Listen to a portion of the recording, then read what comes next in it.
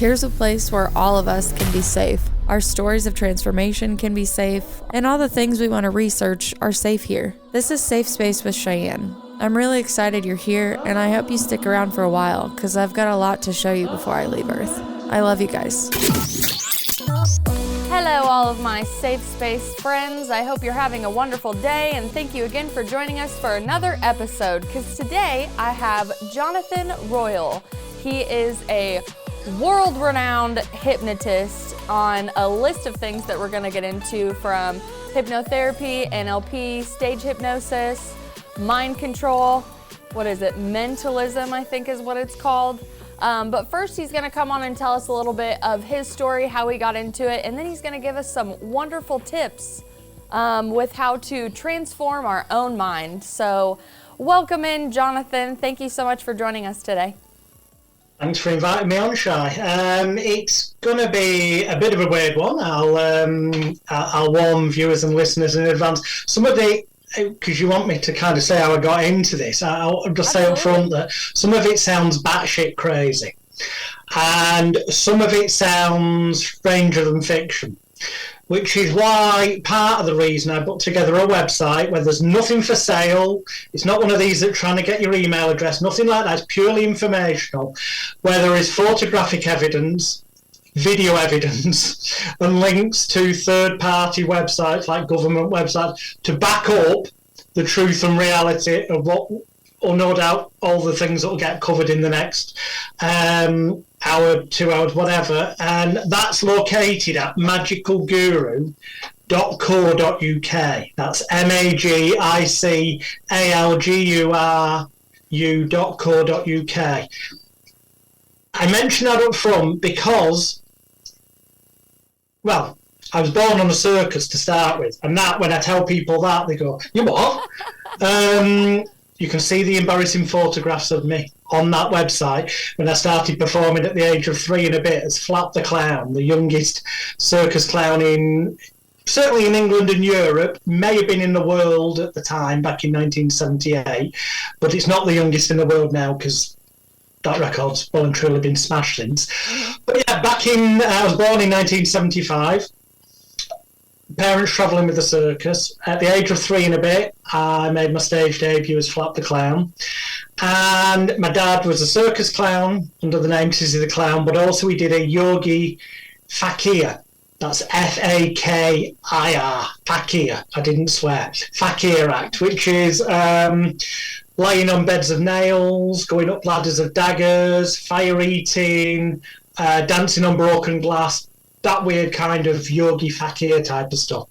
And he did that under the name The Amazing Etna. And then my mum, under the name Marianne Montana, was doing a sharpshooting, whip-cracking cowgirl type act.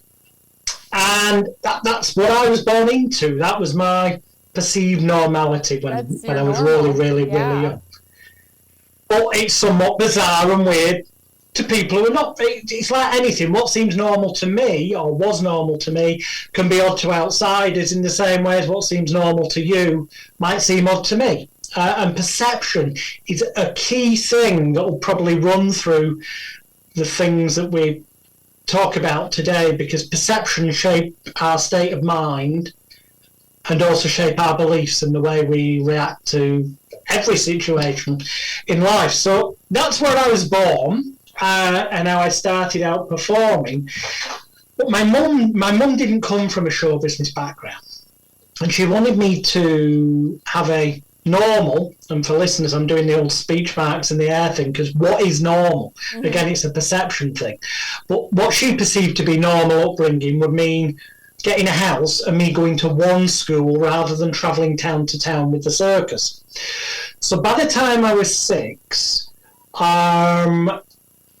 she did get a house. My dad carried travelling with the circus, and I only went and performed in the evenings when they were nearby, at weekends and in school holidays, because I was supposed to be having this normal upbringing, which, if normal upbringing means going to one school in one place and then getting victimised and psychologically tortured by the teachers on a daily basis, then yeah, I had a normal.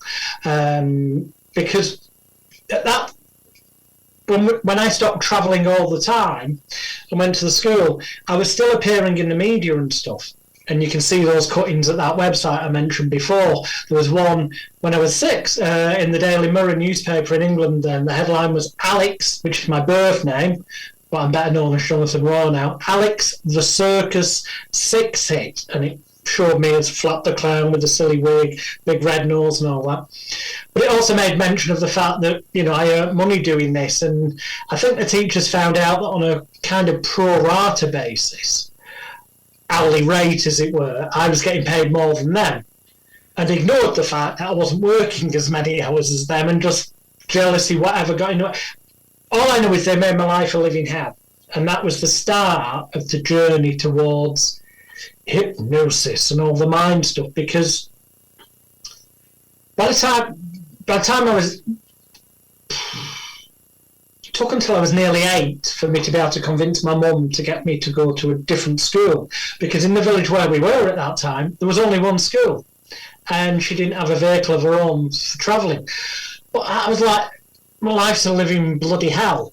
Teachers victimising me, it's just a bloody nightmare. And to make matters worse, they also picked on me because I couldn't hear properly, because my left ear, I forgot to mention, I had a few traumatic incidents when I was, before I started at a so-called normal school. One of those significantly was at the age of 4 and a bit. I was playing hide and seek with the other kids on the circus, and I went and hid under what I didn't realise at the time was the lion tamer's caravan trailer, and chained up underneath it was a baby puma. Yes, Puma, puma, wildcat, which found it very bizarre that I climbed underneath with it and started pawing at me and chewing away, and ultimately my left ear got ripped off and had to be surgically reattached. I'm going to lower my head down and you'll see kind of dents and things. What appear to be dents, well, they're scars from claw marks from the puma, and I've got claw marks down my back. And I was not far off being dead, basically. Fortunately, the lion tamer found me, got the... Do you consider that a near-death experience, then? I certainly do, in so much as I have this, albeit that all memory is reconstructed. Every time you apparently remember something, it becomes less and less accurate, is what the science shows. But I do have like this image that comes to mind, but it's certainly got emotional charge to it. Well, yeah, I feel like I can almost see an image of this happening to me, like I'd left my body. Mm-hmm. If that makes sense. Yeah. Which I've read a lot of people who've had near-death experiences have had similar things. Now, I'm not saying that I left my body in an astral projection way. In fact, I think that's probably quite crazy when the scientific evidence shows it can be a psychological disconnect. But by the same token, I don't dismiss the fact that we're all ultimately energy, and when this body dies, does that mean the essence, the real us, the soul, the mind, the consciousness, whatever you want to call it? Well, you can't destroy energy. Conventional science tells us that. You can only change form. What it changes into, I don't have those answers. But anyway, yeah, I do. That out. Yeah, it's don't know. I'm not going to claim to know answers that I don't have. But yeah, that was a near-death experience. And then in the category of trauma, but not near-death. Well, apparently it could have been if they'd really not liked me. When I was about 5, we had in England we have a tea company. Tea as in the drink, called Brook Bond, and they make a brand of tea called PG Tips, and people in America or who are not in England can go on YouTube, and if you type in PG Tips tea advert chimpanzees, you'll see the adverts that they used to run in the 70s and the 80s that quite correctly in the early 90s got scrapped because they realised, this is not really what chimpanzees should be doing, dressing up like human beings and snaring peanut butter under the lips, so the chimps should be doing that. So you get trying to dislodge the peanut butter, but that'd give the lip movements that they could then dub on human voices to make these comedy adverts for their tea. Well, those performing chimpanzees came on tour with Gandey's circus, the circus we were with. And so twice a day, 6 days a week when we were doing shows, what I'm about to describe happened. So 12 times a week on average. Namely, that was that as I was going with my dad to get to the ring doors or to the side of the stage if we were in the theatre, to get ready for our next bit in the show, the chimpanzees had just done their act with a trainer, Billy Day, and there'd already be an act on stage. So they're leaving, going back to the dressing rooms or the caravans, and we're getting ready, and our paths would cross. And every day, Billy Day would turn to my dad and say, "Hey, Tiz," because he was known as Tizzy the Clown. And my dad would turn and go, "You all right, Billy?" And that very moment, that very second, that very instant that they were distracted, whichever of the chimpanzees was nearest to me used to clout me around the side of the head. And I'd end up crying, apparently, going, "Dad, he's done it again," or "They've done it again." Now, I've learned since, apparently, that chimps, but I was like 5 at the time, so I'd have been roughly the same height as them, but it turns out that chimps have got enough strength that if it hadn't liked me and it was being aggressive, it'd probably knock me unconscious. So it appears I am expertly advised that they were just being playful because I was the same size. But to me, that didn't make sense. To me, it was another traumatic thing. Those are the kind of weird shit things that were happening to me before I went into the normal environment of school. But then I started getting bullied and victimised by the teachers. So sorry, now we're back on track. I'm nearly 8, and my mum manages to get a house in a different town, and I start at a different school. And lo and behold, the nightmare of teachers victimising and bullying me ends. It stops like that. In fact, the teachers couldn't be more supportive, helpful, encouraging, even when I appeared in the media. They were like supportive, encouraging. All the teachers at St Luke's Primary School in Haywood, from circa 1982, 83 onwards. If you ever hear or see this, thank you. All fantastic. People can probably guess by my tone of voice there's a but. But the pupils, not all of them, but a fair number, they were the ones that responded when stuff appeared in the media, when they found out I was from a circus family, when they saw the pictures of me dressed up as a clown. Also, I keep my hair short now, partly to hide the fact I'm going bald in certain areas, if I be truthful. But when it grows long, as you'll see on the pictures on that website that I mentioned, very ginger hair, which in itself target for bullying. Not wonderful hearing in the left ear. All I needed really was a pair of glasses, which I did get a few years later, and I kind of had that full set for being a victim of bullying. And then you add on to that the fact that I was a circus clown's son and I was being seen as a clown and performing, and I got mainly verbally, but also occasional physical attacks. But I mean, it doesn't particularly matter as such.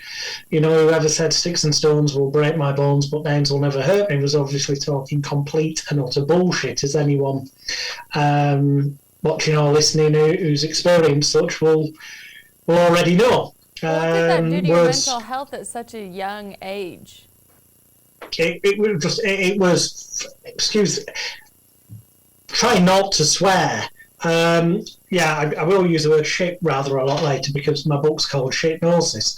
But it was effing, I'll just say that, everyone knows what word. I mean, it was terrible. So bad, in fact, that because it was over a repeated time, and as I say, words are like weapons, it's like death by a million paper cuts.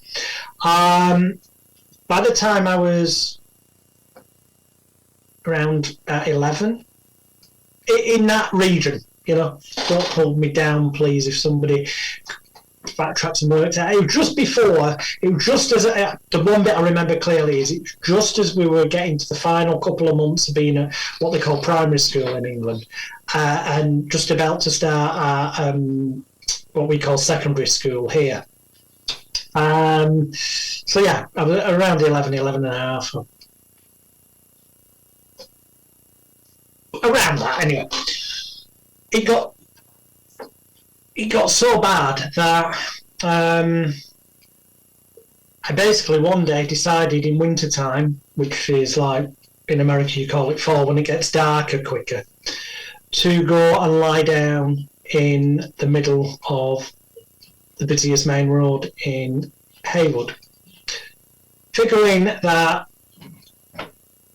basically it'd be all over and done with pretty quick, without being too graphic.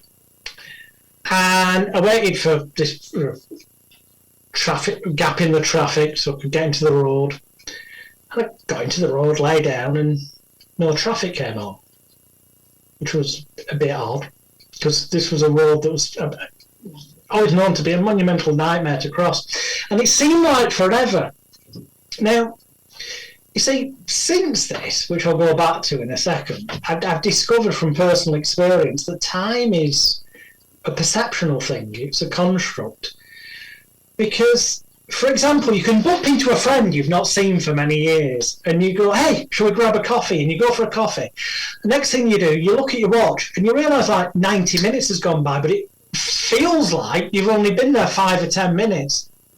And conversely, you can perhaps go in for a job appraisal at work and be tense and nervous, and it comes to an end and you feel like you've been in there for 30 minutes or 40 minutes, and you walk out and you've only been in there like 7.5 minutes, which just goes to show that it's perceptional.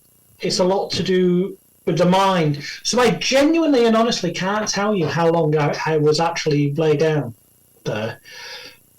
It felt like forever, but it couldn't have been, logically. But I got to a point where I got fed up. And I stood up and started making my way back to the sidewalk, as you'd call it in the States, pavement for our European viewers and listeners. And one foot, my first foot, got onto the pavement. I heard this whoosh! And I felt this draft. And I turned my head and I could see this massive articulated lorry just whirl past.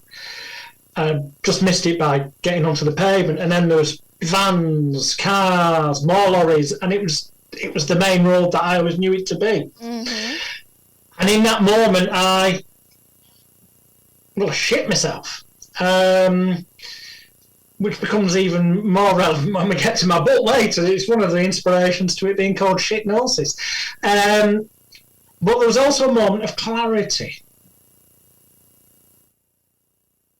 in that extreme fear, the fight, flight, freeze and shite, as it's called, response of the sympathetic nervous system, the stress response, the fear response. You either fight to live another day, flight, run away like the clappers, shite because that's the body's natural reaction in the hope that the stench would cause the animal trying to attack you to run off because it wanted to get away from the stench, or freeze, which is like the rabbit in the headlights. Do I fight or do I run? State of confusion and disorientation that probably is going to lead to it being too late, you're dead. But on this occasion, I managed to get to the pavement, and it's more a case of what the hell just happened there, thank God. But a moment of clarity, where things slow down, where I thought there's got to be a better way than this to deal with this not feeling good enough, So the it wasn't impact. really like you got off the pavement and you're like, oh. Recording stopped. Sorry, Cool. my recording stopped really quick. Hold on. That's okay, but just So it wasn't like you got off the pavement and you're like, oh, I almost got hit by a car. I actually want to live. Like, did you feel, when you say a moment of clarity, did you feel like all that suffering that you felt had lifted for a minute and you could like see see or feel better? I really want you to pull that apart for me. It was all at the same time. So there's that whoosh, backdraft, see, bloody hell, split second earlier, and it would have happened. It hasn't happened. Still here. Is it some kind of sign or signal? I'm not really interested in any manner, by the way. And then just this thought entered my head that there must be a better way. I didn't know what that better way would be right then, but that was a pivotal moment in what led to being my career, as you'll see in a minute. So in later years as well, it's like in that moment I realised perhaps things aren't quite as bad as I thought, although I really felt down because of the repetition of you're not good enough, you're an idiot, you gingerhead, you can't hear properly, you're a clown, and these things being twisted in a negative fashion. I mean, for example, if viewers and listeners go searching for survivors of suicide survivors, of people who jumped off or out of multi-storey buildings, in particular. Now, the survivors, some of them may have life-changing injuries, but what they all consistently seem to say is the people who survived, whether they were jumping off or from a multi-storey building, is that what pushed them to do it was they felt that there were way too many problems to deal with in life. And yet the moment they jumped out of or off that multi-storey building, and hurtling down towards the floor, they said they had a moment of clarity, and it all became clear that they only actually had one problem. And that one problem was they just jumped off or out of a multi-storey building. So it's kind of akin to that. So I still wanted answers, a solution, a way to escape them, the negativity and all those things. And one thing I'd done that I'd missed out is that by the time I was 10, I'd started to refuse to perform as Flap the Clown, because in my head, being Flap the Clown was part of the reasoning why I was getting attacked and bullied. But I by then got addicted to an audience clapping at the right time, laughing at the right, because that's, if you like, a sense of appreciation or love, and makes you feel valued. In fact, if you hear famous performers say, who end up addicted to drugs, for example, on the one hand they'll say that the best drug on the planet is performing, an audience reaction. But on the other hand, they often say, the people who end up addicted, that the reason they end up getting addicted is because that's like a close second best. Nowhere near as good, but normal life doesn't relate, and that's what kind of pushes them towards wanting to try and feel that sense of acceptance, belonging, feeling worthwhile, feeling good, and rewarded by an audience's laughter, applause, whatever relevant. So often what seems positive, audience reaction, can also have that negative impact in certain context. So I was addicted to that. But my hobby had been, from a very early age, magic, conjuring tricks. And by the time I got to 10, my skill had developed to a level where I'd put together an act. So I refused to perform as Flap the Clown, but started performing as, at the time, stage name was Alex Leroy, the young magician. So I was still performing, earning money, getting the audience applause and reaction. That helped me feel worthwhile, because the rest of the time I've felt shit, basically. And by having said, no, I'm not going to perform as Flap the Clown, I was rationalising that was going to improve things. It didn't, because I still got publicity as a magician that ended up then causing people to, attack me and bully. Anyway, nonetheless, one of the side effects of doing the magic was, because I got to a level where I was professional, I was earning money from it. The books in the kids' library on magic, but it was pointless me reading them, because my skill level was way above it. So my mum had a word with the librarians and got permission for me to take out books from the adult library on a kid's library card, which wasn't the usual thing to do, but after I'd shown them a few tricks, they kind of went, yeah, okay, over there are the magic books in the adult library. Now, in the Dewey Library decimal book numbering system, which is the same, I believe, worldwide, the magic books, the conjuring books, come under the sports and pastime section. And just to the right of them, in my eye line, one day I realised that the books to the side, it was a section called self-help and popular psychology. And they'd always been there, I'd just been blind to them. But one day I saw the spine on a book, and it said, How to Win Friends and Influence People, a book by Dale Carnegie. And it was like a light bulb moment. It was, whoa, hang on. If I get that book and read it, How to Win Friends and Influence People. If I influence the bullies and turn them into friends, I stop getting bullied, problem solved. Sounded great in theory, few issues with it.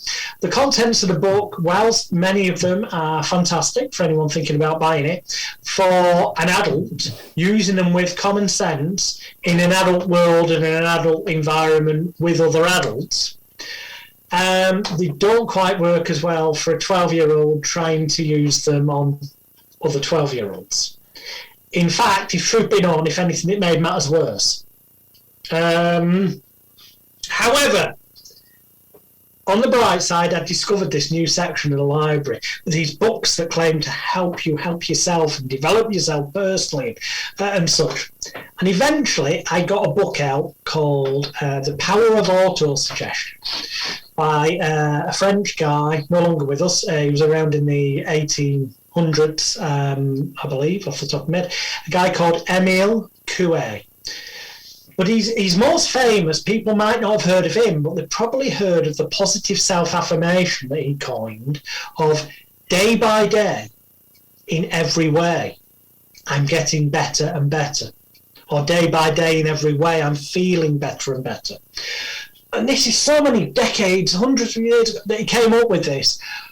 And it has been tested, scientifically tested, and shown that if you say this to yourself 15 times, which is a multiple of 3, and the reason for the number 3 is that the first time you say, bare minimum for 3, you hear people when they are giving speeches, they will say something, tell you what they're going to say it, and then repeat it. And the reason for this is the first time your conscious mind, the analytical mind, hears it, may or may not fully pay attention.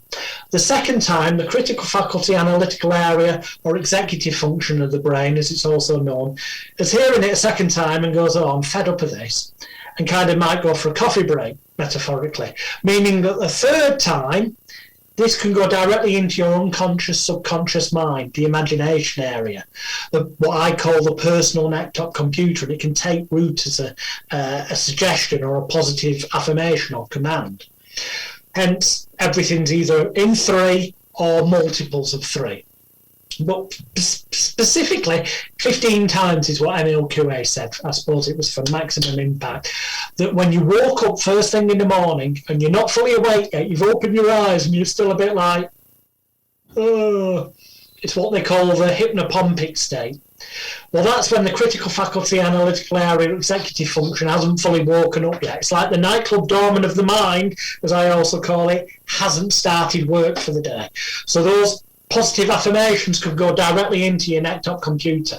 And at night time, just before you go to sleep, when you've got drowsy and you're starting to drift off, that's the hypnagogic state.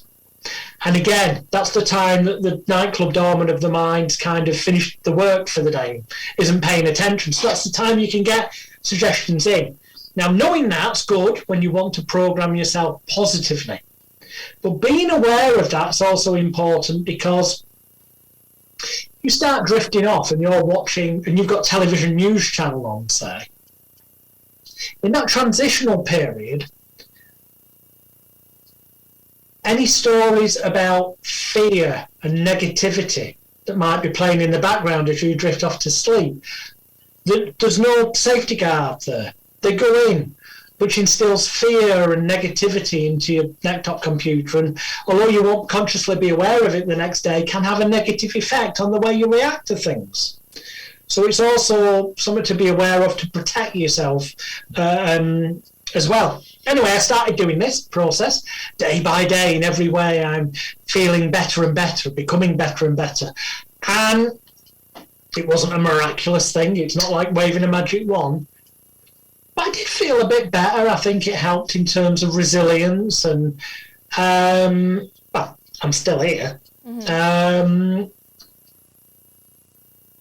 But I learned other things from his book as well. You see, by this point, I am at high school and secondary school, as we call it here, and by then I'm getting pretty much physically attacked on a daily basis. It became one of the bullies' kind of routines to come up, pin me against the wall by the throat, give a load of verbal insults that their entourage, is that the right word? Their gang would laugh at anyway. Fine, yeah. Yeah, and then they'd punch me, let go of me, and walk off with their gang laughing. That became pretty much a daily routine. So bad it was that at the end of the school day, I became a master of disguise. Or I'd like get out of a lesson, dive to the toilets, lock myself in a cubicle, take off the coat I've been seen in all day at school and put on a different coat so that hopefully I'll look different enough I won't be recognised. And then I'd purposely go different routes every day away from school home so that the bullies won't be able to spot me, or so that I won't get grief after school. That's how bad it was. Anyway, I discovered in these books by NLP, the main one being, as I say, it's called The Power of Auto-Suggestion. I learned about a thing called pattern interrupts. And the idea of this is that as human beings, we store experiences in our unconscious, subconscious, imagination, personal desktop computer, whatever you want to call it, so that when we encounter those again, we go into a situation and our brain goes, aha, we're here, searches the computer bank and goes, this is how we're meant to react. This is probably what's going to happen.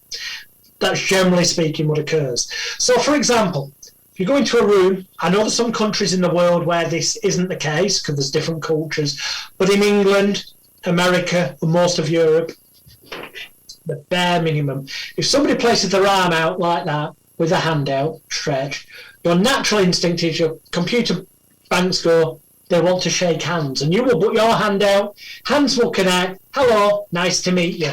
Because that's the pattern of everyday life, the expectation of what that meant and how you should react. Now that's great and helps speed up things in life. However,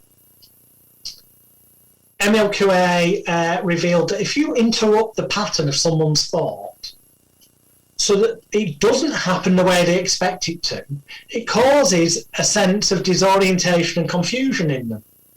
It's almost like that frozen in the spotlights element of fight, flight, freeze and shite that I spoke about before. It has an effect on their sympathetic nervous system, their mind and their body. And so I learned that, and an example of this would be in hypnosis. A hypnotist may come up to you and put their hand out like that. You go, oh, it means to shake my hand. Or she means to shake my hand, and you think you're going to end up doing that.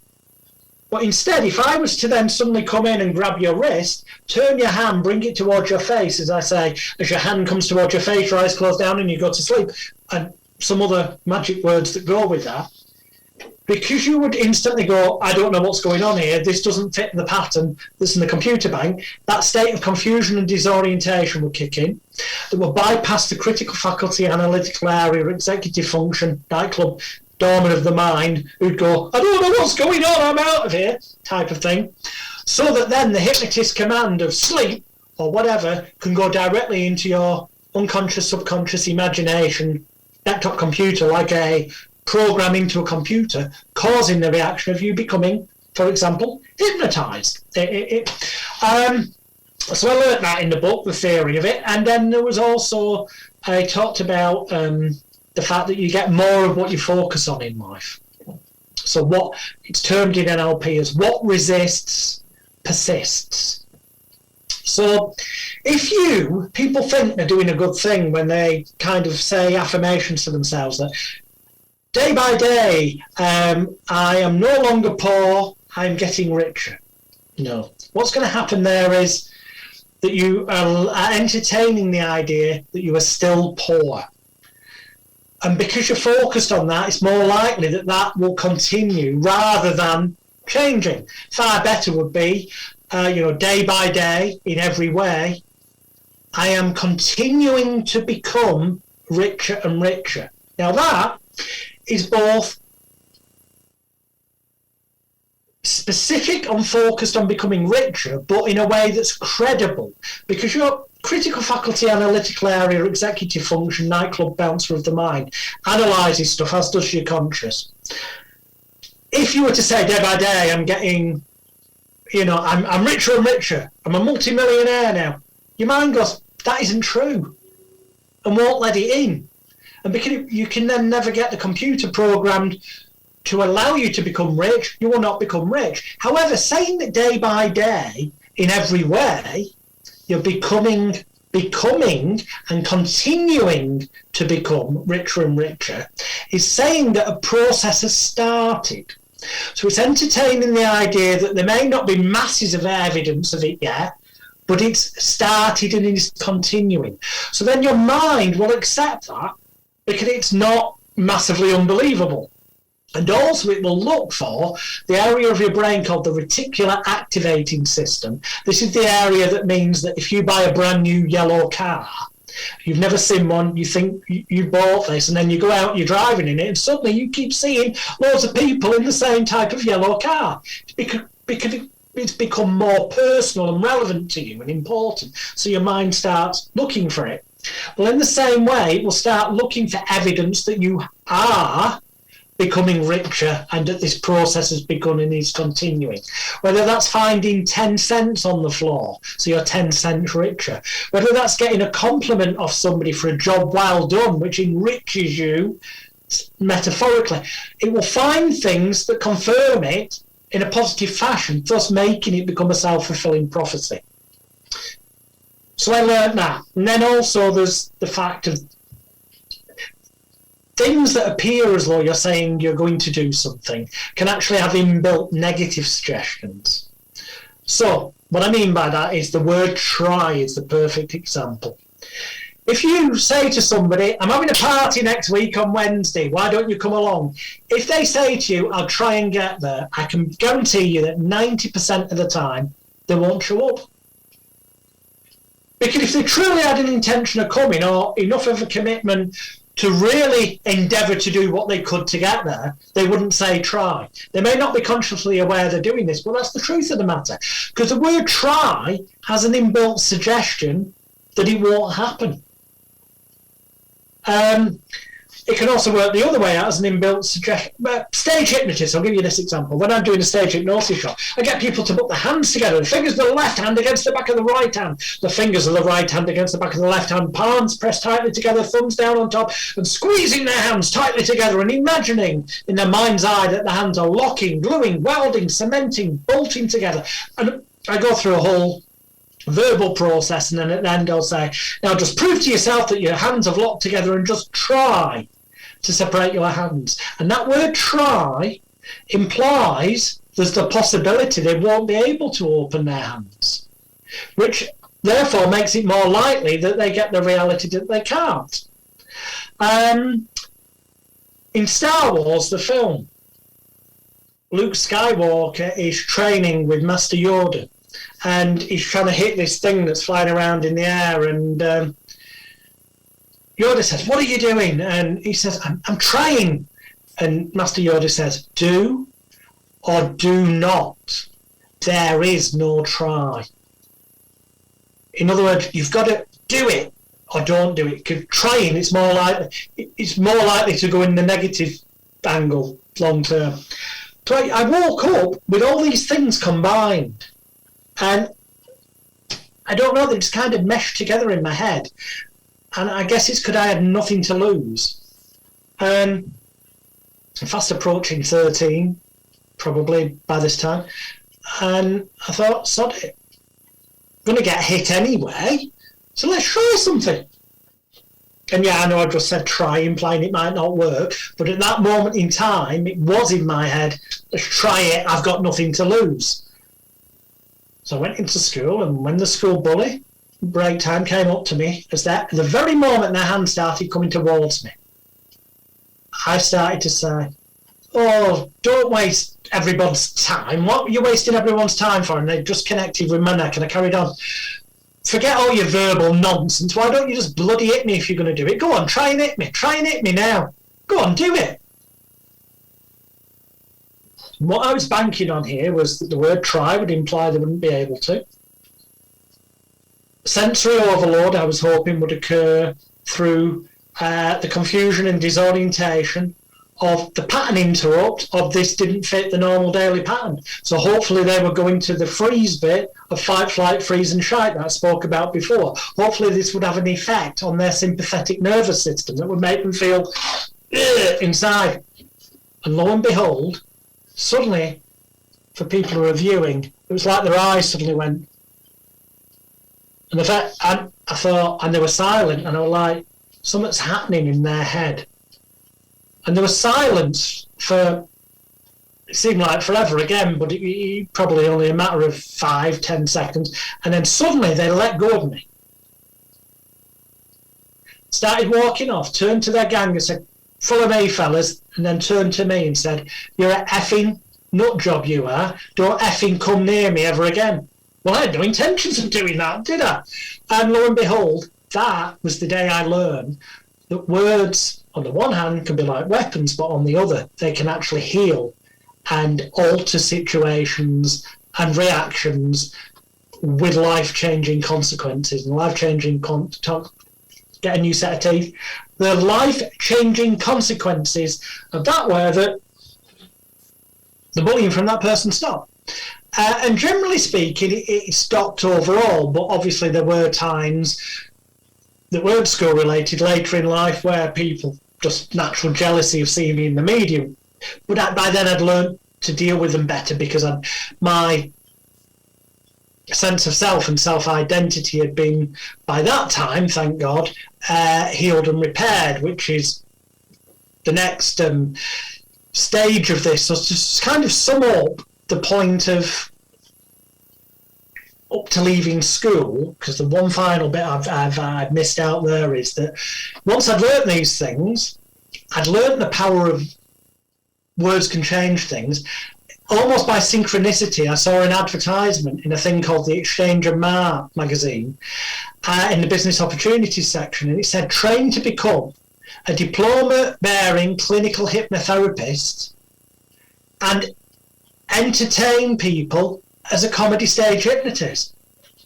So I sent off a stamped addressed envelope for the prospectus. This was 1988. I was 80, 85, 86, 87. Yeah, 1988. I was 13. And I discovered that the course back then was £125 United Kingdom sterling, which at the time, the way the exchange rate was back then, would have been about 250 United States dollars. But remember, this is in 1988. So it's a long time ago. It's a fair amount of money, especially for a 13-year-old. But I was earning money from doing my magic shows. So I had money there, and I booked myself on the course. Although I told a little white lie about my age. Because it said you had to be 18 to do the course. Well, I thought it's correspondence. They'll never see me. So I lied. I did it. I did the exams. I passed them. I became the youngest. I knew I'd become the youngest ever member of the Association of Professional Hypnotherapists and Psychotherapists. But obviously no one else would have known that because I'd said I was 18 on the thing. Bit of a quandary here. So I end up contacting Dr. Brian Howard, who set up the APHP, and I came clean. And at first he was angry, obviously. You've lied and all that. And then he went, well, at the end of the day, you've still took the same exam as everyone else. and you passed it actually with flying colours. So he issued me the end result is he issued me a new diploma with my correct date of birth on it, and I did then officially become the youngest ever certified clinical hypnotherapist through the Association of Professional Hypnotherapists and Psychotherapists here in England. And the reason I took the course is because it said in there, amongst the other things it was going to teach you of how to help people overcome their habits, addictions, fears, phobias, panic attacks, anxiety, depression, feeling bad, lack of self-worth, imposter syndrome, the things that I'd been feeling because of the bullying. So I thought this is the answers that I'm seeking are there as well. And they were there, except in the excitement of becoming the youngest APHP member and learning these skills that I then got publicity with and started getting paying clients for from the age of 14 in 1989. Again, the evidence is on that website, magicalguru.co.uk, because it does sound stranger than fiction. I forgot to use the techniques on myself. Naughty me. Now, what that ultimately meant is that I didn't fully deal with those traumas that had built up inside and the negative programming that had built up from birth up to that point, up to puberty. And the reason that I mentioned that is because Sigmund Freud, or Sigmund Freud as I like to call him, is known for saying that from the formative years, from birth to around 7, were like sponges. We're taking everything positively and negatively, blah, blah, blah, and that infects and affects us for the rest of our lives unless we do personal change work to deal with it. And on the one hand, he's right, but on the other, in my experience of the past several decades now, it's my experience that the formative years are from birth until around puberty, until around teenage years, which coincidentally ties in with when conventional psychology says that the executive function, aka the analytical area or critical faculty, actually starts doing its job. The nightclub bouncer of the mind comes into play metaphorically. And now these are all metaphors and constructs, yes, that have no real basis in reality other than my experience is that using these metaphors and constructs actually helps people change their lives. But there's just as much evidence that the mind doesn't work like a computer as there is that it does. But using these constructs is what has worked for me for decades. But because I didn't use them on myself, those things I'd learned, by the time I was like 15, 16, into 17, I developed addictions to smoking, cigarettes, also cannabis. By my late teens, I was taking cocaine, drinking excessively, gambling addictions, all these different kind of escapes in the cliched manner, smoke is a smoke screen to something that's hidden away. Drinking is to drown out the underlying problems. Drugs are to literally escape the reality. There's a lot more truth than a lot of people realise in those cliches, because what it is something internally that's not been dealt with. You're either still got traumas running around in that computer from the past, and that doesn't mean you had to have been bullied every day like I was. It doesn't mean you've got to be some kind of sexual abuse victim. It doesn't mean that. It can actually be things that as an adult you'd laugh at and go, that's not traumatic. That wouldn't be affecting me now. Don't be ridiculous suggesting that. An example. And all of us have got dozens, if not hundreds of these examples from birth up to teenage years, which end up in our neck-top computers, which means the vast majority of us are not operating at peak performance level. We're running like a computer with a virus on it, except these are loads of negative viruses that are built up from birth to teenage years. Example.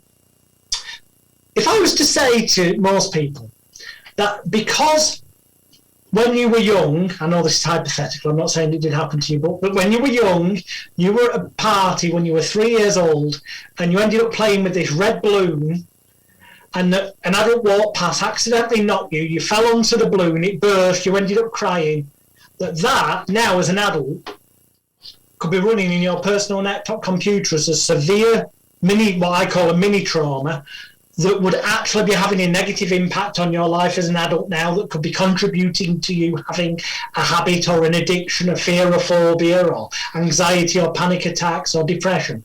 Most people would probably laugh and go, "You're an idiot. That sounds ridiculous."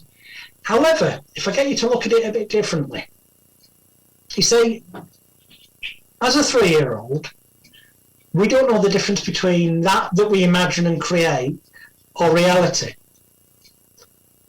To the 3-year-old, the outsider is a balloon. But to the 3-year-old, that 3-year-old might have got hold of that balloon and suddenly decided that that's a magical fairy kingdom castle. And it's full of magical fairies. And that when that adult accidentally knocked them and they fell onto it and it burst, the adult thinks it's the balloon bursting and a loud noise that's causing them to cry. And yeah, that could be a small contributory element. But actually what's really upsetting the 3-year-old child is that magical fairy kingdom castle's just been destroyed and all the fairies have been killed. How as daft as that might sound, to a 3-year-old, that is as traumatic on your sympathetic nervous system, your mind, your body, your spirit, your soul, however you want to look at it, as it would be to an adult losing a loved one or a family member in a car crash. Now, when you think of it that way, whoa,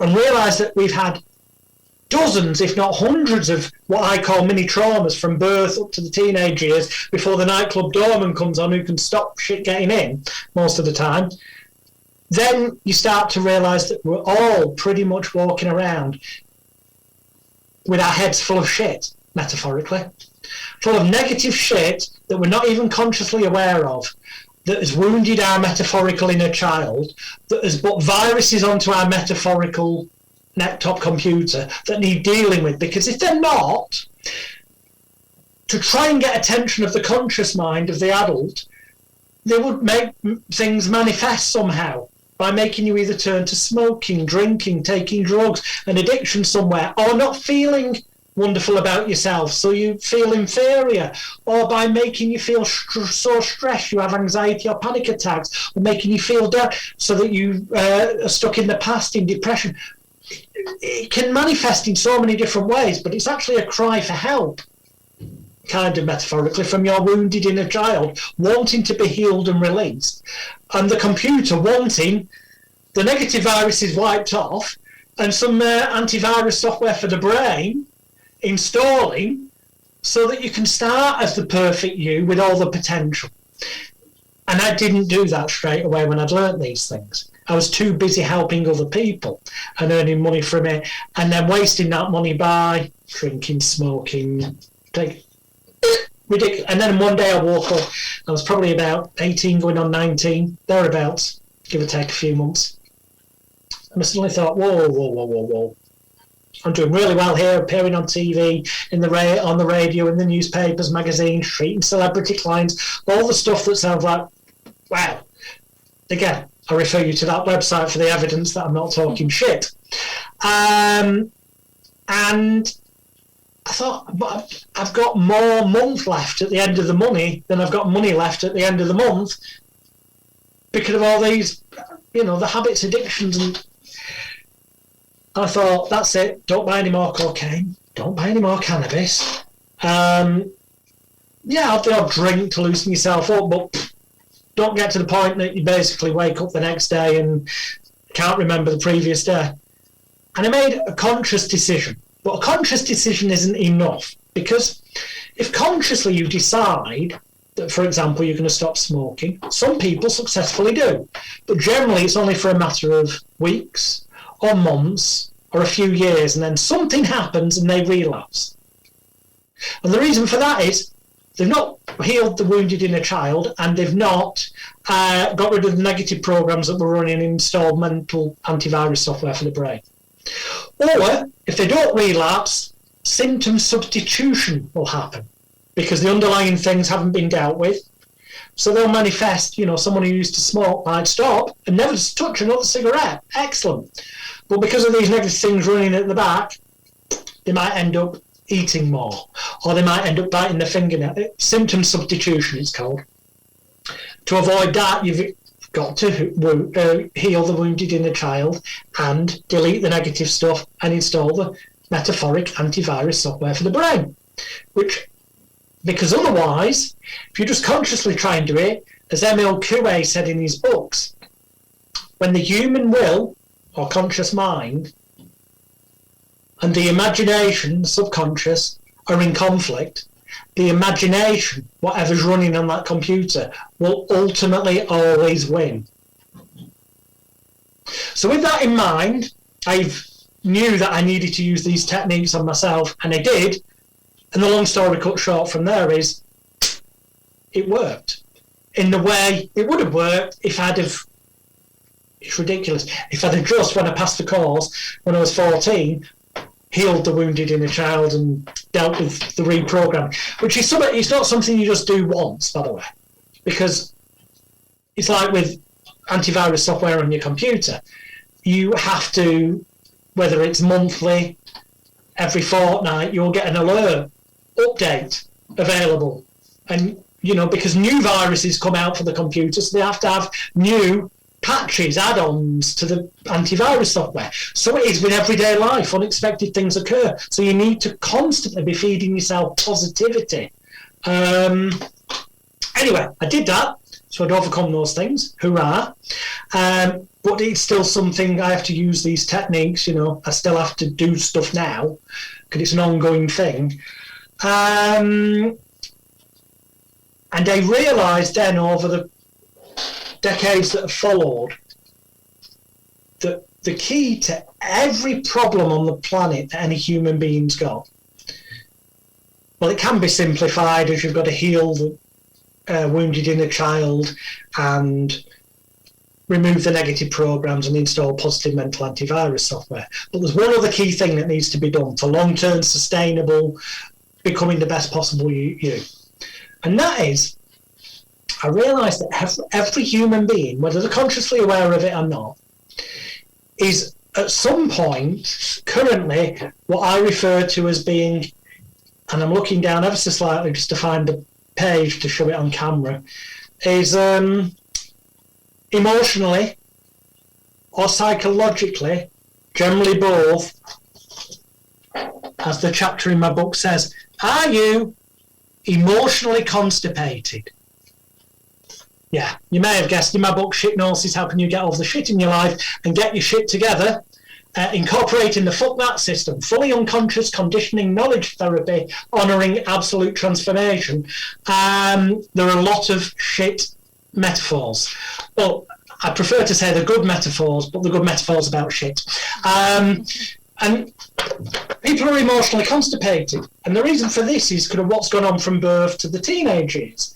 It's every time a teacher said they weren't good enough, or every time they were laughed at, as adults we could look at that and go, it means nothing. But as I said, as the youngster, it's a different level of trauma or negativity programming, imprinting that goes in. And so it's going to have a negative effect on that person's what I call emotional balance. What I mean by this is I have a thing I call Royle's hierarchy of emotional and psychological needs. And that is that I believe for all of us to operate at our peak performance, the best we can be, being happy most all of the time, not all of the time, because life's got to have some negatives, otherwise you don't appreciate the positives. It become Groundhog Day. But generally speaking, okay, you need to feel, whether you're consciously aware of it or not, you need to feel loved, wanted, needed, appreciated, cared for, cherished and valued. Now, hearing that for the first time, a lot of listeners might go, they all sound very similar. But if you get a thesaurus and check them out, I'll give you that list again. Loved, wanted, needed, appreciated, cared for, cherished and valued. You very quickly find that they all mean different things, because some of them relate to self-confidence, some to self-esteem, some to self-image.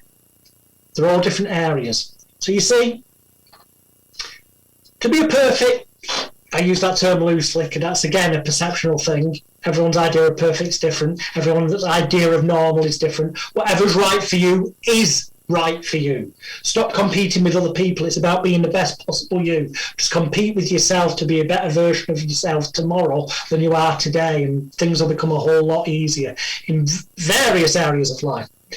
But to be the best possible you need to feel, and feelings are illusionary. You can feel lonely and yet have loads of friends and family around you. And conversely, you can feel loved, wanted, needed, appreciated, cared for, cherished and valued in the company of yourself. Some people do. Everybody's different. There are sliding scales of this, but this is what equates them all. And if you've ever felt rejected in any of those areas of loved, wanted, needed, appreciated, cared for, cherished and valued, which I can pretty much guess majority of human beings have at some point from birth to teenage years, okay, probably multiple times, just in ways that now as an adult don't occur to you because you'd laugh at it, whereas the child it had a different impact on, then that will cause an imbalance, and that will cause a negative impact on your self-confidence, your self-image, your self-esteem, and or your self-control, aka willpower. And if there's been any imbalance in one or more of them, it will have a negative impact on your self-worth, your self-love, your self-respect, and your positive selfishness. That ability to look after yourself so that then you can be the best possible you and of use to others as well. And if there's been a negative impact on one or more of them, it will ultimately impact your sense of self, your self-identity, the core of you. It will feel like there is something missing, there is a gap, which is often why some people turn to religion. Others become fitness freaks in the gym. Others start drinking, smoking, back to the metaphors we spoke about before. So that is what causes this imbalance, the sense of something missing, that causes habits, addictions, fears, phobias, imposter syndrome, the little voice in your head to say you're not good enough and all that kind of stuff. So I've realised the key to it all is to help the individual in front of me, or through the pages of my book, SHITNOSIS, and not just through the pages of the book, because there's only so much you can do with the written word. Some people then need a demonstration and guiding through it in a helping hand, which is why there's tons of these things in the book, QR codes, that people can scan, and it takes them to videos of me demonstrating the techniques, talking them through them, and guiding them through the processes to make it as easy as possible. And all of these things are aimed at helping the individual to end up feeling loved, wanted, needed, appreciated, cared for, cherished and valued, so that that's balanced out, so that in turn their self-confidence, self-image, self-esteem and self-control get levelled out again, so that in turn their self-love, self-worth, self-respect and positive selfishness get balanced out again, so that in turn their self-identity, sense of self is restored almost to factory settings, factory reset almost, so they feel whole again. So they feel worthwhile. So that little voice in their head starts saying things like, it's all right, you've got this, might not be going to plan right now, but stick with it. You'll get there. So it plays a different program on that personal laptop computer. And the best way of all that I've just described occurring is to metaphorically heal the inner child, which is why, for example, one of the chapters in the book is making peace with and healing your inner child. And there's a video session, a therapeutic process to go through, which on a low level, just imagine this now. If you're driving, definitely don't do this. I'm going to say close your eyes. But if you close your eyes and just imagine that it's almost as if you can imagine little you, the 3-year-old you sat on your lap right now. When we do this process properly, I tell people to get a pillow or a cushion and hold it with their eyes closed, so it becomes a multi-sensory experience that helps impact this more. And what you do is, while you're holding yourself, you imagine saying to the 3-year-old you, I'm sorry. Please forgive me. Thank you. I love you. I'm here for you now. It's not your fault. It never was. You're not to blame. I'm proud of you. Everything's going to be okay now. Now, I'm sure people will let us know with feedback below the video or the audio on the podcasts and social media platforms, if this applies to them. But even just thinking that now and hearing it for some people will be quite emotional. When you go through the process properly with the video that's, the therapeutic virtual online treatment session that's included for that, it truly can help you to heal your metaphorical inner child. And then we go through various processes such as the SCAT process, subconsciously charged analytical tapping, enabling you to knock all the negative shit out of yourself.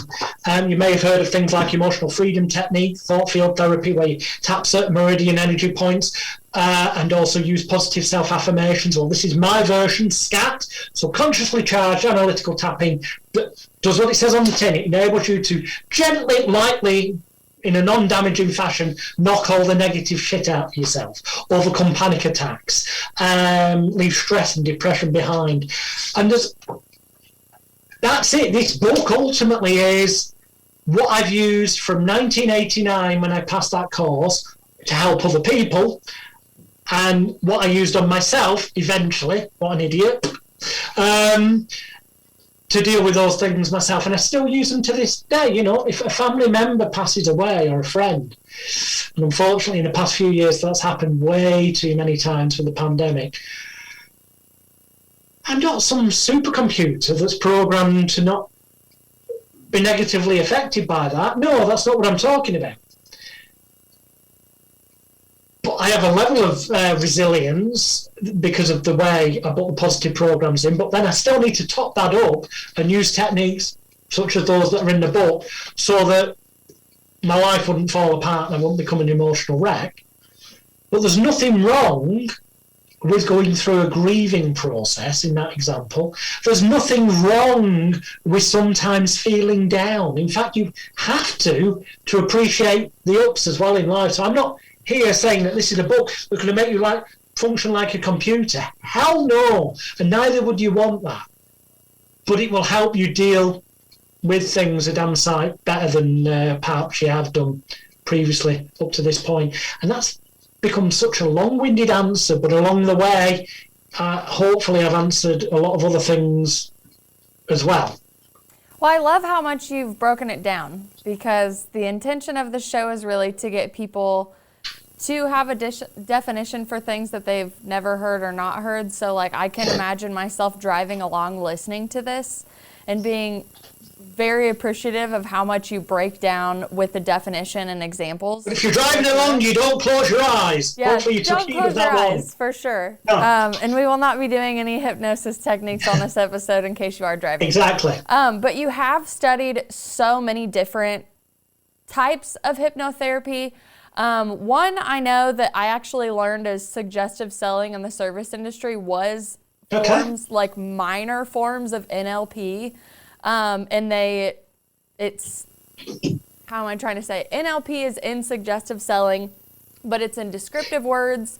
It's in the way that you're smiling and you're nodding your head at things. It's in everything. The truth be known, it NLP, really hypnosis, call it whatever you will. It's got different names so people can sell courses. The truth is, it's an awareness of and use of, as a therapist with positive intent to help people change their lives, as a stage hypnotist with positive intent to entertain people, as a salesperson with the intent to get somebody to buy something. Which as long as that product's good, maybe that's positive. Some could argue that the techniques can be used to persuade people to buy things they didn't want to buy. Yes. Yes, they can. So that could also be seen as negative. The same techniques used with negative intent can be used by, and I would argue most definitely are, by governments to manipulate and control the mass populace, by politicians to get people to vote for parties doing things they maybe wouldn't normally do, by religion, and certainly by cults to manipulate and have power over people.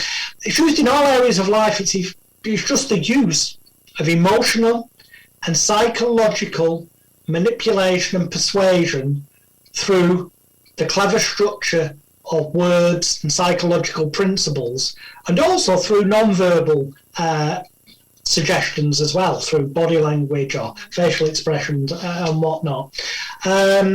It often gets overcomplicated by people who want to sell you the next fancy course or sell you another book, or don't want you to realise how simple underneath it all really is. Because when you start to realise what's going on, you get a little bit, not fully, because even I can be influenced, but you get a bit of a safety shield against being influenced so easily. These people then have to work harder to put you into that fear state or the confused cat in the headlight state.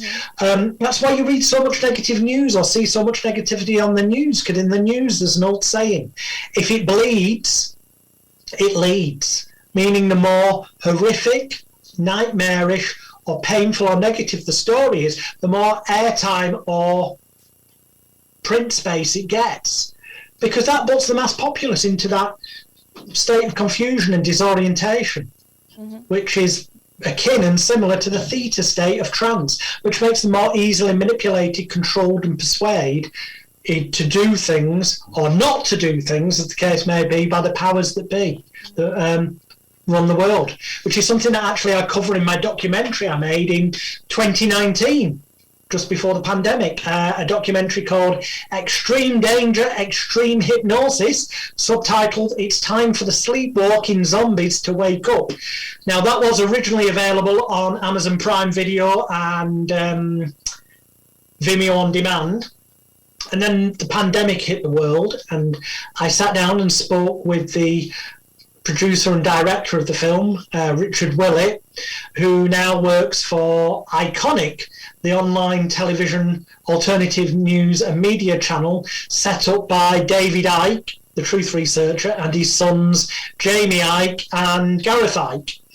And in actual fact, what we did is we agreed between us that as he'd just started working at that time with David, Jamie and Gareth, ready for the launch of Iconic, that if I agreed to let them put the documentary onto the Iconic platform for free, so I wouldn't get any payment out of it, as a gift to the platform, so that members could watch it for free, that in exchange I could put the documentary for free onto my YouTube channel to help spread the word further. And indeed I have. So if people go on YouTube and search for my Celebrity Hypnotist YouTube channel and then click on playlists, one of the playlists is called, Extreme Danger, Extreme Hypnosis. And in there is the full-length 1 hour and 50-minute long documentary, available for free.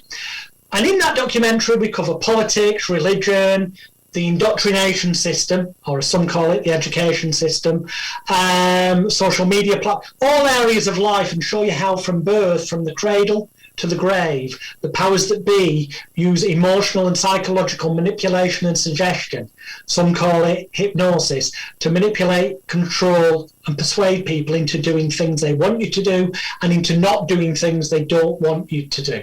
And we open your eyes to that. But because we cover so many subjects in it, we can only do a few minutes on each. It's an overview, which is why we also then made a web series of about 8 different episodes, taking the core subjects and, doing 20 minutes on each one, different episodes. You'll find them in that playlist as well as a whole bunch of other related things where I go into how cults work and how to deprogram someone who's escaped a cult, how to program yourself positively so you don't get brainwashed, influenced, or manipulated into joining a cult in the first place, and a whole bunch of other stuff like that as well can be found there, completely free of charge. Good. Keep the continued education going, and definitely get those people to understand that they are being programmed every day somehow. My favorite saying is, if you aren't programming yourself, somebody's programming you. Exactly. Well, even listening to this or watching this, people are getting programmed. But here's the thing, I would hope that from what I've already just said, but if not, here's a wake-up call. Do not take anything I say as 100% reality without independently researching it and experimenting with it yourself. I always say presenting it to my intuition first, because, well, it's just like sitting in front of a practitioner, a teacher, a doctor, anything. You kind of put these people on a pedestal and you're like, oh, well, I don't really know anything, so I'm going to listen to them and take what they say. It's just the absolute church, right? Exactly. School is not about learning. School's not about English, maths and that. What they're doing is they're training you to learn things, right? To remember them. And then you get rewarded at exam time for recalling them. And all of these things came from the perceived authority figure. The lesson you're truly being indoctrinated into is that you listen to authority figures, unquestionably, take it on board without question,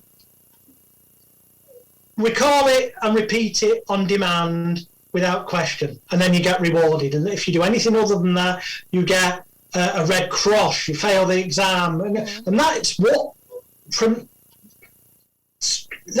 school is more about. Because if it was truly about helping you be free and achieve your best potential in life, they teach you things like budgeting, they teach you things like how to cook on a budget, how to pay your household bills. They teach you skills that actually are usable for everyone in everyday life.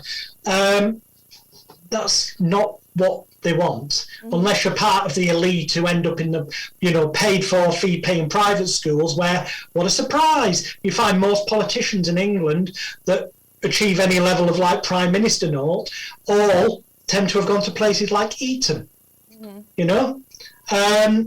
this is not a coincidence. The world has been set up that way. It is them and us, sadly. And yet there's a massively bigger number of us, the mass populace, that if you start to take a step back, stop automatically listening to authority figures. Now, use applied common sense here. I am not saying that if the authority figure of a security guard in a museum says, hey, everyone get outside, we've been told there's a bomb in the building. I'm not saying ignore things like that. They may be wrong, but you know what? It's probably best just to get out anyway. Okay? Apply common sense. What I'm saying is more that if someone says something's in your best interest, independently research it from multiple different angles and then decide for yourself. Okay, one more thing, because I've never seen this before in my life, before we let everybody know where to find you again. I've got a funny feeling what's coming here. Yeah, here's my prediction. I really do. I've got a prediction. I really Got my finger right on the button. Want everybody to go check out his website and just read his story and go through all his info, because we would be recording for 10 hours plus if we did it. But on your website, I read that you dabbled or still dabble in psychic belly button reading consultant for the stars. I called it psychic belly button reading, aka navel gazing, because it involved placing my finger into a person's belly button. So it was like a finger going into a plug socket. And the way I described it was that when I did that, I'd get like a kind of energetic force flooding into my body, into my mind, and I get images that I could tell them about the past, present, and future. And also there were physical elements of a belly button. Mine's kind of an innie, it pokes inwards, which tends to mean someone who's quite introverted. And actually, when I'm not on stage, I kind of am. You get people whose belly buttons kind of stick out like a doorknob sticking outwards.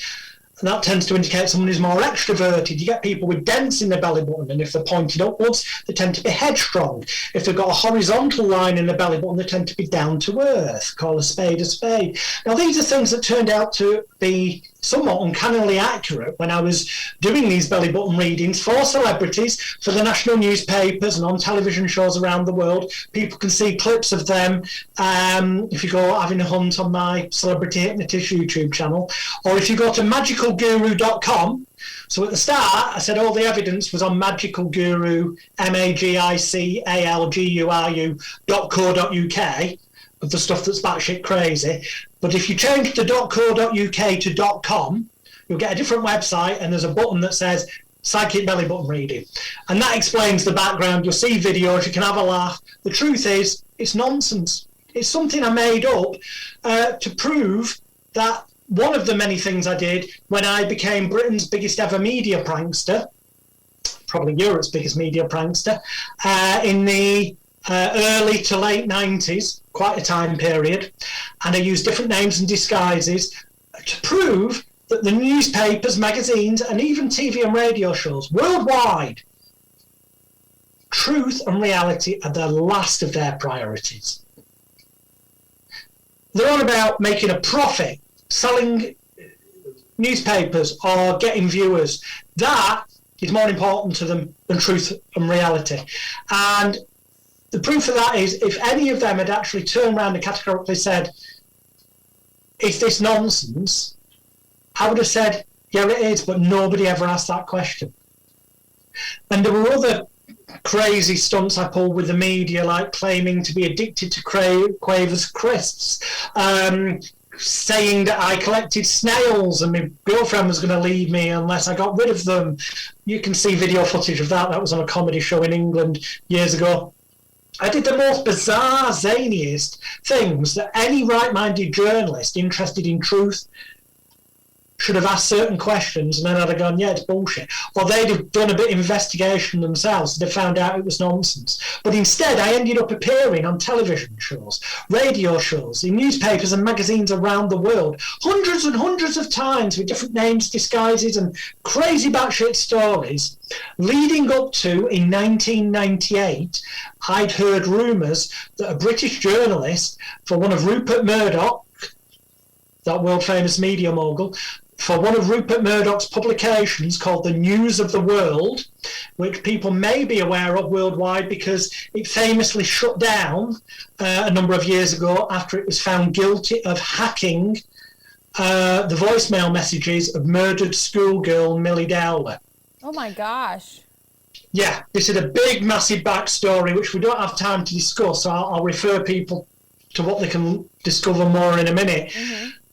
But one of their journalists, a guy called the Fake Sheikh, his real name Mazia Mahmood, I heard rumours had a total, an even bigger disregard for reality or truth, and that in fact he would just blatantly make things up and say that celebrities and people had done things they hadn't done. Or he would, I heard, manipulate them into doing things so that they were enticed with the offer of a movie part worth massive amounts of money and massive fame and you know, take their career through the stratosphere if they would do a simple thing like going to this place that they'd be told about by one of the Mazza Mahmood, the fake sheikh, would act as an oil sheikh under a fake name. And often one of the ploys was that he'd say he wanted drugs, and if you could just get him some drugs, you know, he'd pull strings with his oil sheikh boss and get you that film part. And it was all very believable because of the scale it went to. And so people would go, but they weren't drug dealers. They probably didn't even know where to get drugs until the perceived bodyguard of the sheikh told them where to get it.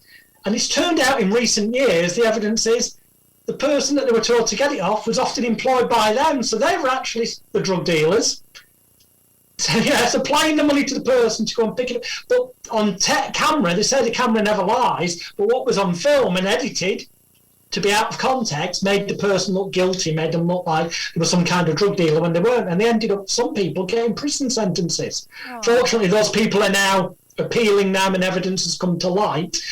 And this was back in 1998, and I set out to expose these unethical and illegal tactics. Unfortunately, it backfired a little bit, and I ended up with 2 6-month prison sentences to run concurrently. I did serve some time in prison. That's currently in the process of being appealed because of the new evidence that's come to light 25 years on. But I tried in 1998, as the record shows, to expose this guy. In the past 2 years, well, in 2014, rather, British pop star Talisa Kontostavlos was apparently exposed for being a drug dealer. She wasn't, but again, it was another one of these fake scams. And it went to court, and she could have ended up going to prison if the judge hadn't managed to realise that Mazia Mahmood, the fake sheikh, was lying on the stand and there were inconsistencies in what he was saying.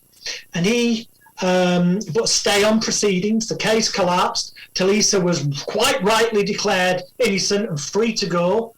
And then an investigation into Mazia Mahmood and how he'd lied in that case was started, and it concluded with him getting charged, getting taken to court, and in 2016 he was convicted for conspiracy to pervert the course of justice and jailed for 15 months, which frankly wasn't long enough. But I suspect there might be future repercussions for him in the future, given what's come out in the past 2 years.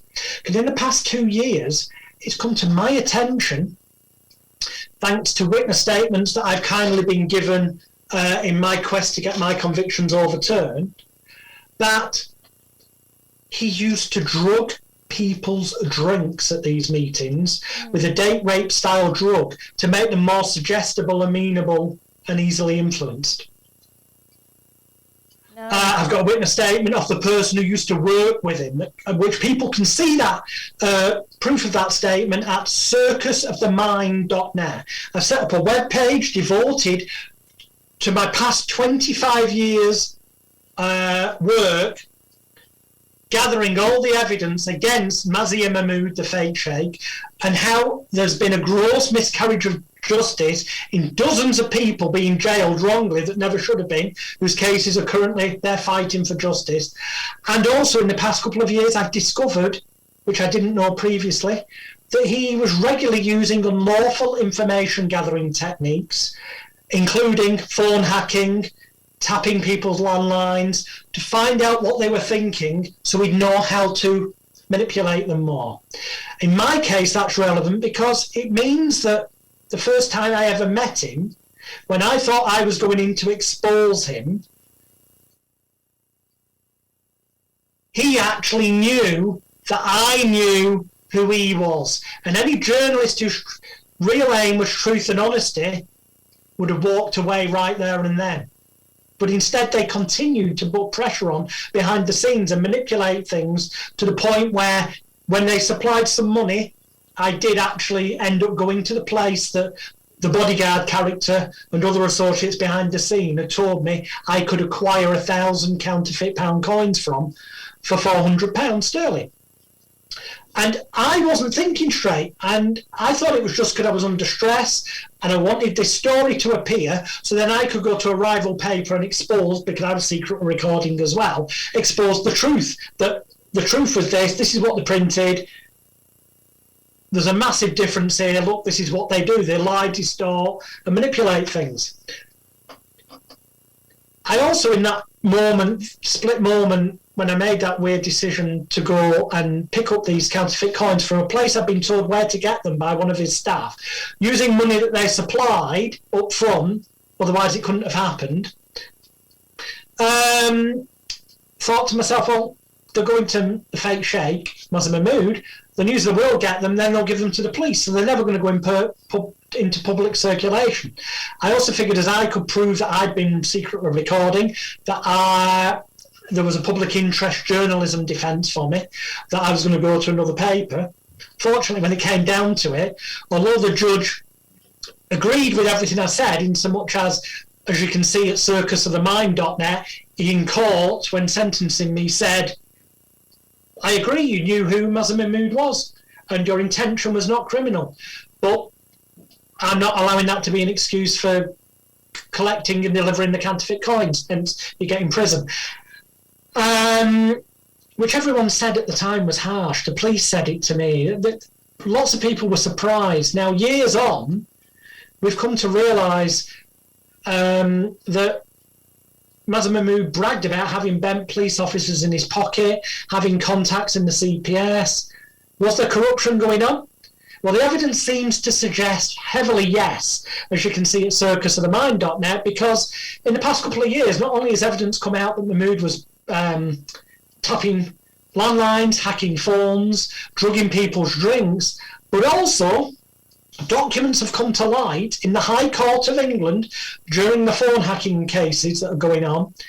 Through the process of disclosure, documents have been found to be in the possession of newsgroup newspapers where the police, Special Investigations Department, are communicating with the Crown Prosecution Service back in 1994, stating that Mazen Mahmood could not be trusted and should not be trusted as a witness of truth in any further cases. And yet they carried on relying on his evidence until 2014, when the Talisa Contostavlos trial collapsed. Oh my gosh. And they never disclosed to anybody, because bearing in mind in 1994 they knew this. In 1998, when my story appeared, in 99 I went to court, the CPS of the police never disclosed to me that there was evidence to bring into question Mazen Mahmood's dishonesty. All I had to suggest that was the rumours I'd heard. I didn't know he hacked phones, I didn't know he drugged people, and I didn't know that the police and CPS were already aware he couldn't be trusted. If I'd known that, if my barrister had known that, the case would never have gone to court. I'd have never got a criminal conviction. I wouldn't be where I am now, having to fight to get back to the Court of Appeal through the Criminal Cases Review Commission to get my convictions overturned. And as I currently am now, where I submitted a case to the High Court on the 30th of September 2022 with the evidence and receipts that have come to light that show that my phone was probably hacked and that most definitely unlawful information gathering techniques were used against me, and that there is this evidence that my drinks were drugged and other illegal tactics used against me. But it didn't just happen to me, it happened to loads of other people. Mm-hmm. So as people can learn at circusofthemind.net, I've been on a quest ever since to expose the truth, that the media, to a lot of it, truth and honesty isn't their main agenda. And you know what's happening today? The 10th of May, as we record this, 10th of May 2023, is the first day of a trial in the High Courts in England where Prince Harry, along with several other celebrities, are taking Mirror Group newspapers to court for phone hacking and various other things. Then in July, Prince Harry is in court against the Daily Mail newspaper for phone hacking and other things. And currently scheduled for around January 2024, Prince Harry is scheduled to be in court against Rupert Murdoch's News Group newspapers for phone hacking.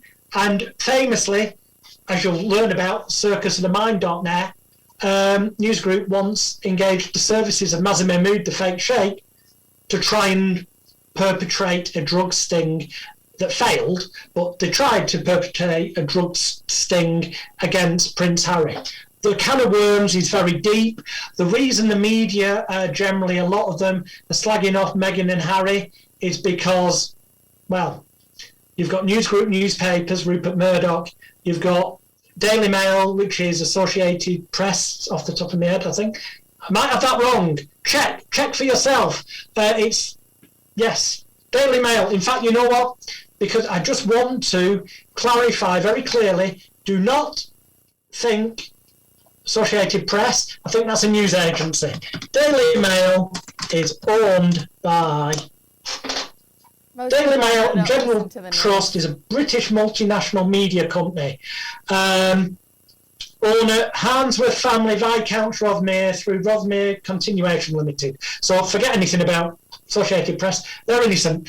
Those people. And then you've got Mirror Group. These are big groups. They own a company. They're owned by a company called Reach, which own hundreds of TV, radio, newspaper. The rabbit hole's very deep. Mm-hmm. Learn more about it at circusofthemind.net. It's something I've been trying to expose the truth of for 25 years now, and it's something that Prince Harry in his book Spare says it's his life's work to clean up the media. And that's why the media are attacking him. You, even with your hypnotism and showing people ways that they can be duped at any of these shows, whether it's people pretending to have clairsenses and manipulate people, or people doing weird things with hypnotism. I mean, I could go down a full list of charlatans and snake oil salesmen that are out there, but I do like that you are wanting to uncover the truth on a multitude of levels and going against big organizations that most people wouldn't. You know the weird thing? And it's wrong. I uncover the truth because here's a crazy thing. Shitnosis, my book, for example. Helping you get over the shit in your life and get your shit together. Available on Amazon and all other good book retailers like Jonathan Royle. This book can change your life. It can help you overcome habits, addictions, fears, phobias. But there is a big catch. And that catch is it's no good just reading it. You've actually got to put into action what you learn. That saying knowledge is power is bullshit. Applied knowledge is power. You've got to take action. If you do nothing, you'll get nothing. If you keep doing what you've always done, you'll keep getting what you've always got. But I promise you, if you get this book, $17 or £14.70, you won't ever need to spend money on a therapist, because those QR code things are like virtual online therapy sessions. It'll help you. It can help you change your life. But I tell you here honestly, and I tell you in the front of the book, how these processes work. They work the way I've explained on here, but all of those things go together. And they go together combined with a few other elements, which are this. A thing called the Pygmalion or Rosenthal effect, which is proven that if people know. The Rosenthal thing was done in a school, and they said that some students were good and expected to have great outcomes, some were expected to have bad outcomes. And that's what the teachers was told. The reality is they were all equal ability, okay?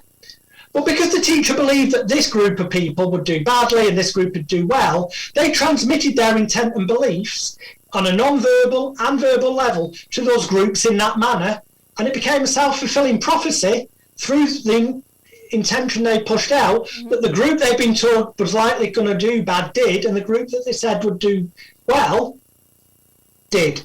Okay?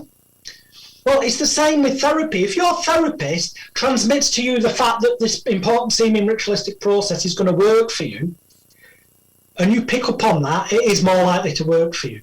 And it will trigger off what is called the Galatea effect, which studies show basically that if you believe the process you're going through will work and have a successful outcome, that it's more likely to work for you. And then also combined with that is the Hawthorne effect. If you know that you're accountable and people are going to be keeping an eye on you and checking in and giving you moral support, is it working, it's more likely to have long-term effects. Then there's things like the totem effect. If you're given an audio recording to listen to twice a day, or a ritual to do twice a day, or a lucky charm to believe in and focus on, that can help increase your belief and expectancy in it working. It's the so-called placebo effect with tablets taken, and studies show it's just the process, the ritual, actually does as much, if not more. And in recent years, they found that open-label placebos, namely telling the person that it's a sugar pill, can work just as well as if they didn't know it was a sugar pill, and just as well as if it was some chemical drug. And we go into the placebo effect and nocebo effect, and how you can be your own placebo in shitnosis. So I tell you the truth of how it all bloody works, but the evidence actually shows that once you know how it works, it doesn't affect it working. If anything, it takes away your resistance to the possibility of it working and makes it more likely to be able to work for you, because you can go and use these processes in a manner where you, with positive intent, put everything in place in such a manner that you're priming the placebos to work better for you. You can't hear my clapping in my microphone, but I'm like, yes, use the placebo. Well, I can see it. Thank you. Use the placebo effectively. That's wonderful. That's wonderful. Everything, all of it, I highly recommend all of your websites for everyone to go check out all of your information. Your book looks super interesting. I literally just saw it today online. I know that you've written over 30, but this is I have, the newest but I will one? tell you up front, this sounds nonsense. Yes, I've got nearly 50 books on sale. But here's the thing. Some of them, well, there's quite a number of them that are self-help books, but don't go looking for them. Please don't, right? Okay? I don't want you buying them. Those now I only recommend to people who want to read them and learn more things they can use as a therapist who are going to help other people. In terms of self-help, helping yourself, ignore my past books, which actually cost more than Shitnosis anyway.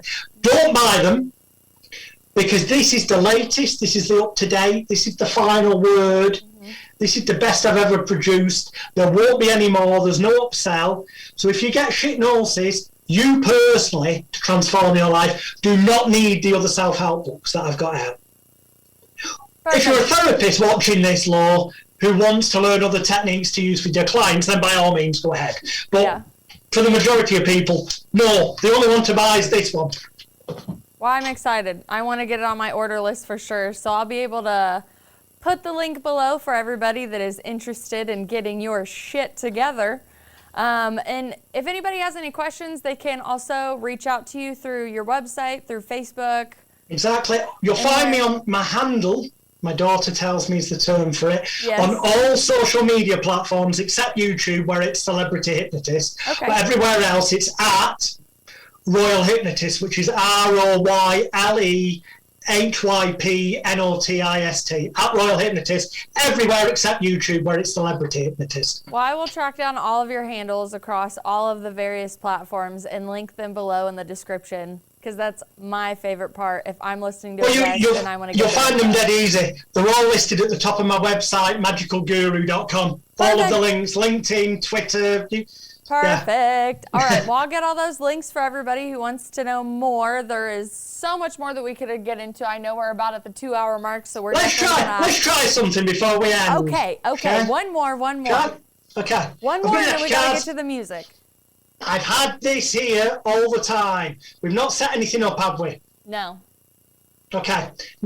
Don't name. Right. You can see a spade there. So whatever you do, do not mention the ace of spades, because that's one thing that many people do, and you were probably thinking it.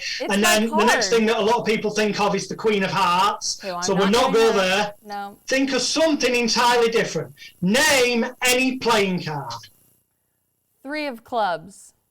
The 3 of clubs. What I'm going to do is open these, trying to keep them very, well, not trying, I'm actually going to make sure they're fully in view at all times. Empty. Before we started, I took these cards, okay? And you may find this a little bit strange, but I turn one card the other way around. And that one card only is... I never understand how that's possible. The 3 of clubs, ladies and gentlemen! I don't get it, but I love it. It blows my mind. Oh, that's good. Seriously, no, because anytime I have to pick a card, like, I'm going to go for ace of spades every time. So I'm like, okay. Isn't it? Ace of spades, ace of spades. Yeah, that's true. A lot of people, that's why I say don't pick that card, you know, like, Or like I always use the terminology like break spades, but we'll go off on another tree branch if we start that. Thank you for blowing my mind. I loved that. That was amazing. Thank you for having me on your show. And I would please encourage all viewers and listeners to make comments below and share this far and wide, not just so it spreads my evangelical word of clear that shit out of your life and become the best possible you, but also so more people learn and discover about the show. Yeah. So many things that we can pull apart, and we definitely will later on TikTok when I edit all this down. But for now, I want to thank you so much for coming on the show. Like we said before, all the links you need to get a hold of Jonathan are right below, and that book is on Amazon for you. So thank you, thank you, thank you, thank you. Thank you. It's been a pleasure. I always hate that the guests can't hear the music, but you always can when the episode comes out. I'll just bob my head along as well. I can hear it. So when it goes out and people see the video version, they'll think I'm hearing it. Oh no, they won't. Exactly. Perfect. Okay. Vitality Exposed Concert Photography. Don't forget to go check her out. She is bringing us, let's see, what are we playing today? Ooh, we're going to play Unlike Pluto, one of my favorite tracks. Zoned Out in My Youth. Go download it now. I have it live on the Spotify playlist for you guys. And I will see y'all in the next episode, okay? Love you to pieces. Thanks again. Lost never to be found. Butterflies in my eyes won't go away, go away. Leave me lost. The roads are closed with camouflage, camouflage. I was zoned out in my youth. I'm dreaming over you. This is the Hoosier Media Network, your home for podcasting.